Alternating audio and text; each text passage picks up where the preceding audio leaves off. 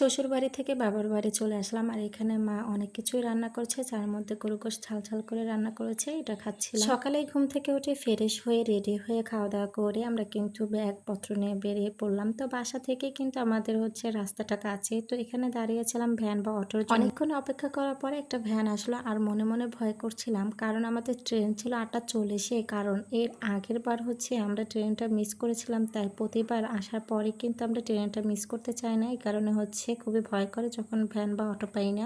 আলহামদুলিল্লাহ আমরা ভালোভাবে স্টেশনে পৌঁছে যাই এবং কিছুক্ষণ পর ট্রেন চলে আসে আর আমরা ভালোভাবে বগিতে উঠে যাই। আর আমাদের যে বগিতে সিট কাটা ছিল সেই বগিতে তেমন একটা মানুষ ছিল না, যার কারণে আমাদের ভিতরে ঢুকতে তেমন একটা সমস্যা নেই। তবে ভিতরে অনেক মানুষ ছিল, ভিতরে মানুষ থাকলেও আমরা ভালোভাবে পৌঁছে যাই আমাদের ছিটে। আমরা ছিটে বসে পড়ি, কিছুক্ষণ পর অনেক গন্তব্যে চলে যায়। এরপর কলাপ দেখলাম, তো কলামরা এখানে 2 ছড়ি নিয়ে নিলাম আর খেতেই শুরু করলাম। খুব ক্ষুধা লাগছিল। এরপর দেখেন এখান থেকে কিছু মানুষ ট্রেনের মধ্যে উঠবে, তবে বগির মধ্যে প্রতিটা বগিতেই কিন্তু মানুষের ভিড় ছিল, যার কারণে কেউ উঠতে পারছিল না। আপনারা দেখলেই বুঝতে পারবেন বগির বাইরে কিন্তু অনেক মানুষের ভিড়।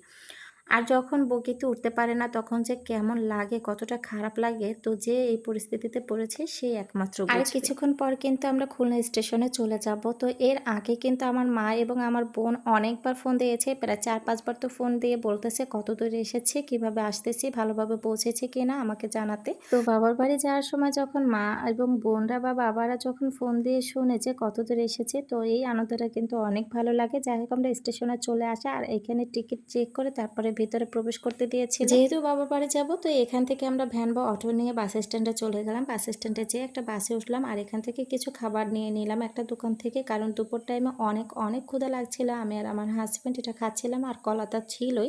কলা দিয়ে রুটি খেতে কিন্তু অনেক ভালো লাগে। এই দেখেন আমরা মোংলা বন্দরে চলে এসেছি। আমাদের মোংলা বন্দর নামে কিন্তু পরিচিত।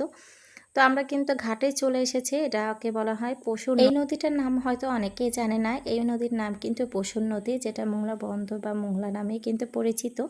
এখান থেকেই কিন্তু কিছু দূর যেয়েই কিন্তু সুন্দরবন আমাদের খুব নিকটে।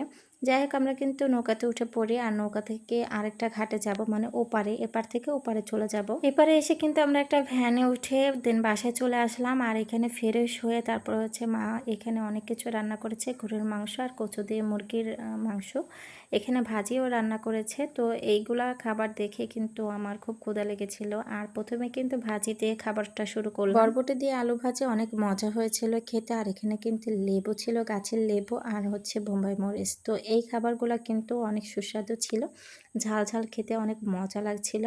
গরুর মাংস নিয়ে নিলাম, দেন একটু লেবু চিপে নিলাম আর বোম্বাই মরিচ দিয়ে খেতে কি যে মজা লাগছিল না, ঝাল ঝাল কি বলবো। খাবার খেতে খেতে আপনাদের সাথে ভিডিওটা শেষ করলাম। তো সবাই ভালো থাকবেন, সুস্থ থাকবেন, আল্লাহ হাফেজ।